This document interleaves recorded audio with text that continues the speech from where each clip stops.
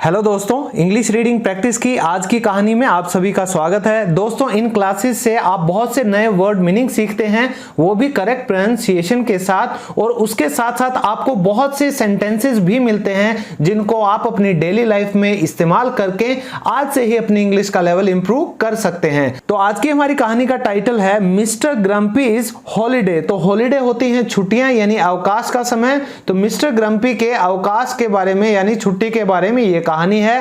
First para first line, when यानी कि जब, एनीवन कोई भी, इन द विलेज गांव में, सो यानी देखा करता था, किसे, मिस्टर ग्रम्पी को, क्या करते हुए, कमिंग यानी आते हुए, डाउन द रोड यानी सड़क से आते हुए नीचे की ओर। तो अगर किसी गांव में सड़क ऊंचे नीचे होती है दोस्तों, तो आप सड़क से अंदर की तरफ आते हैं तो बोला जाता है down the road. He would run, वो दौड़ जाते, कौन, जो गांव के लोग थे, कहां, इनटू अ शॉप यानी कि किसी दुकान में, और वॉक ऑफ या निकल जाते थे, कहां, इन अ डिफरेंट डायरेक्शन, एक अलग डायरेक्शन यानी कि दिशा में।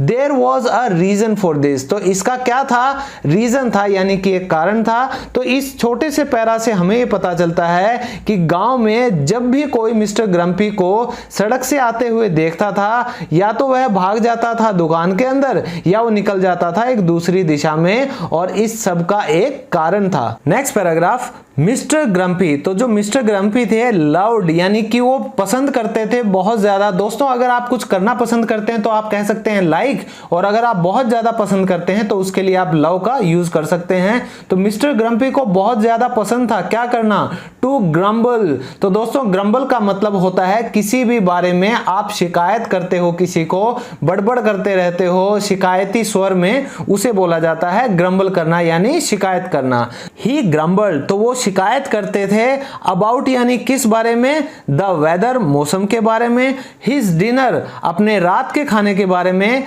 द वेजिटेबल्स यानी सब्जियों के बारे में, हिज नेबर्स कैट अपने पड़ोसी की बिल्ली के बारे में, द फिश और मछली के बारे में, ही हैड एट लंच जो उन्होंने दोपहर के भोजन में खाई थी, हिज हेल्थ अपने स्वास्थ्य के बारे में, द कलर यानी किस रंग के बारे में, ऑफ मिसेज हॉनीज कर्टन्स। तो दोस्तों, कर्टन होते हैं दीवार के ऊपर लगने वाले पर्दे, तो मिसेज हॉनीज के पर्दों के बारे में, मिस विल्सन्स डॉग यानी मिस विल्सन के कुत्ते के बारे में, द लिस्ट। तो ये जो सूची थी, ये जो लिस्ट थी, वॉज वेरी वेरी लॉन्ग, ये बहुत बहुत लंबी थी, क्योंकि इन्हें क्या आदत थी, शिकायत करने की।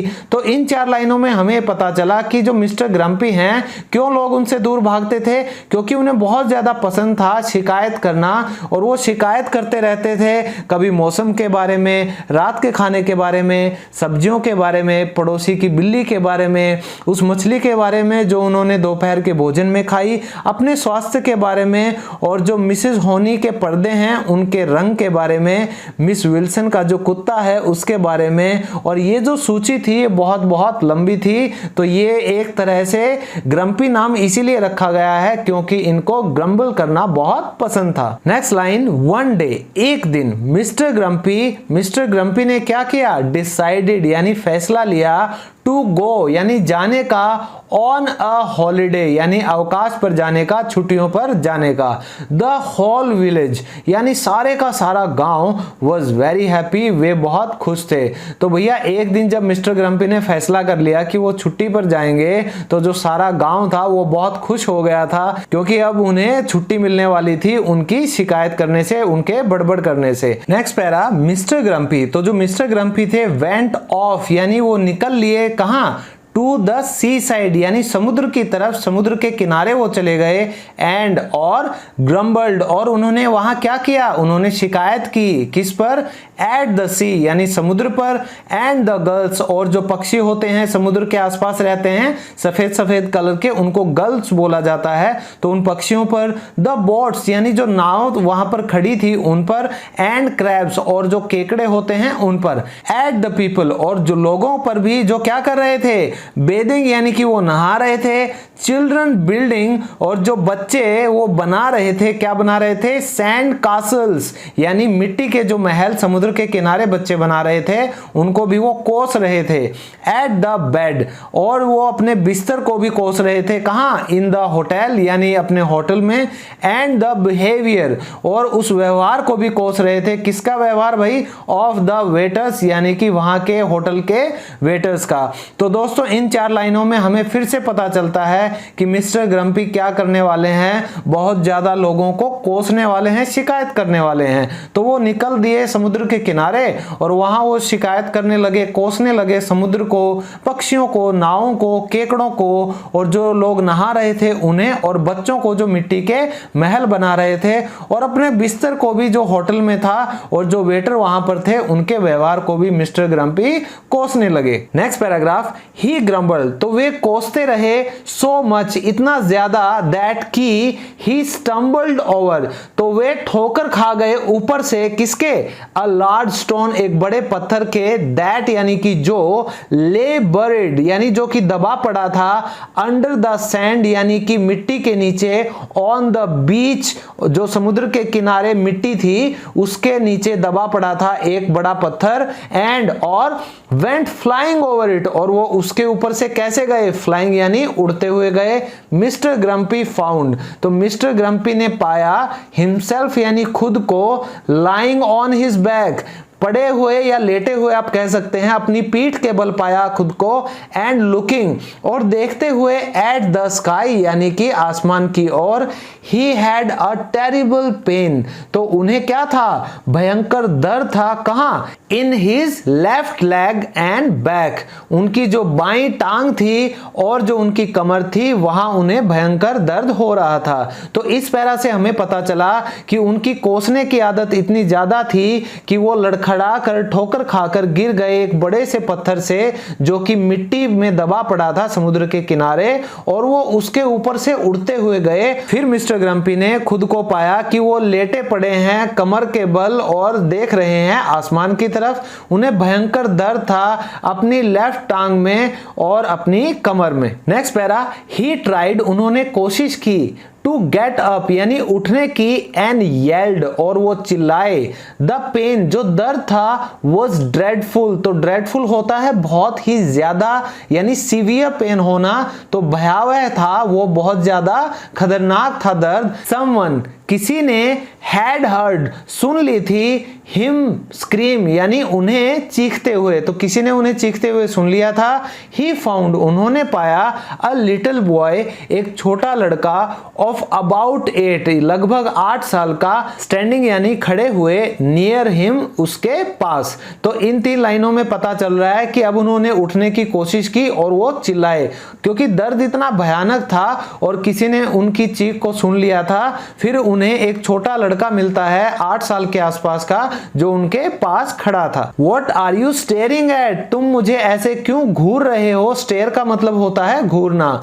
आज ये पूछा मिस्टर ग्रम्पी ने, बीइंग हिज यूजुअल सेल्फ यानी अपने स्वाभाविक रूप से, क्योंकि उन्हें क्या आदत थी स्वाभाविक रूप से, कोसने की, शिकायत करने की। तो वो उस लड़के से भी शिकायत कर रहे थे कि भाई तुम मुझे ऐसे क्यों घूर रहे हो। आई हर्ड यू स्क्रीम, मैंने आपको चिल्लाते हुए सुना।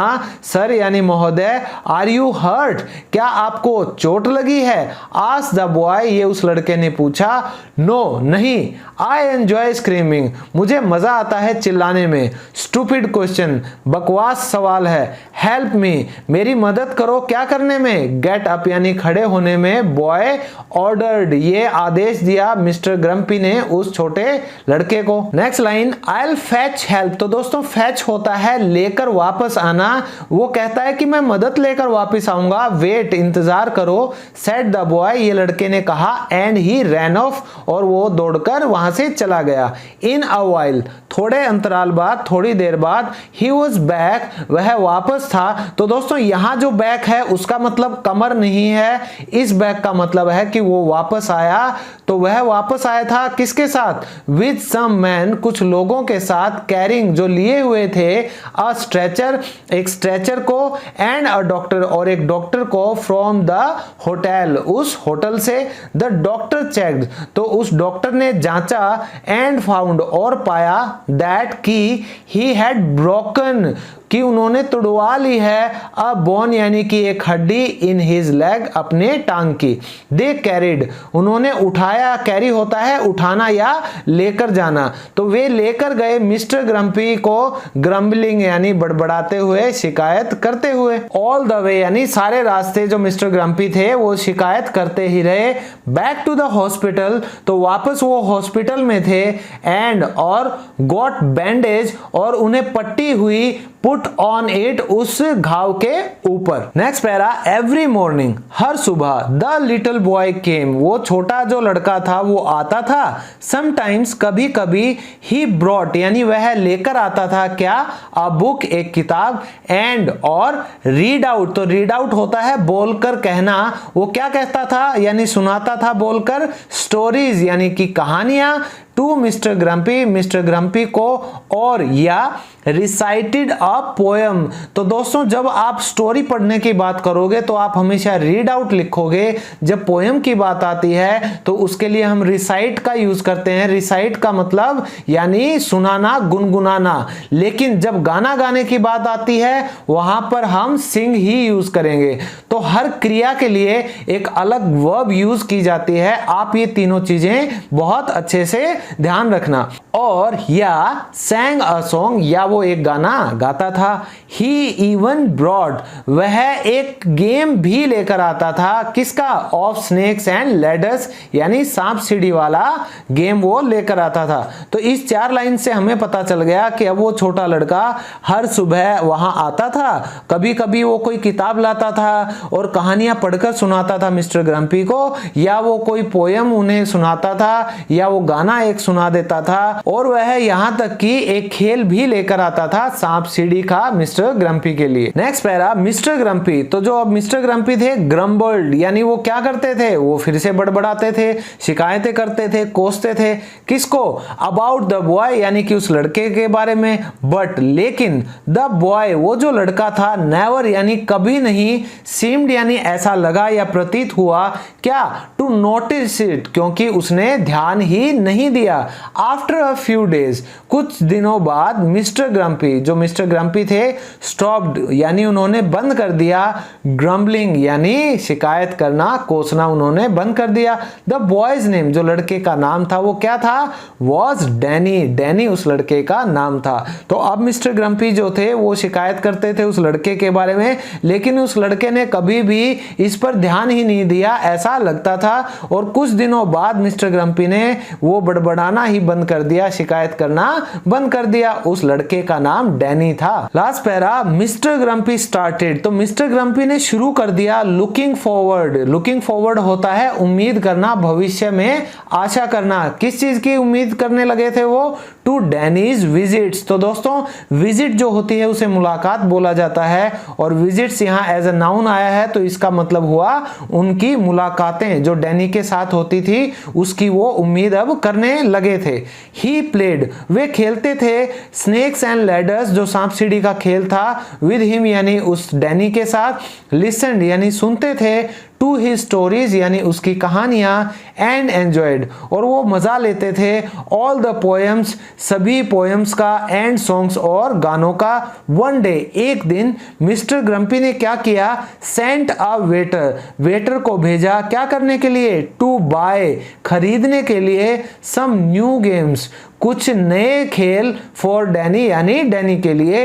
ही एंजॉयड वे बहुत पसंद करते थे और एंजॉय करते थे, डैनीज हैप्पीनेस उस छोटे से लड़के की खुशी, एज ही ओपन जैसे ही वो लड़का खोलता था, हिज न्यू गेम्स यानी कि अपने नए खेलों को। सो फ्रेंड्स इस पैरा से हमें पता चल रहा है कि मिस्टर ग्रम्पी अब धीरे धीरे चेंज हो रहे हैं और अब वो उम्मीद करते हैं जो डैनी के साथ उनकी जो मुलाकातें होती हैं उनके लिए वो आशा करते हैं और इंतजार करते हैं और वे खेलते हैं सांप सीढ़ी का खेल, उसके साथ उसकी कहानियां सुनते हैं और उसकी जो कविताएं होती हैं और जो गाने होते हैं उन्हें बहुत ही वो पसंद करते हैं। एक दिन मिस्टर ग्रम्पी ने वेटर को भेजा कुछ नए खेल लाने के लिए डैनी के लिए।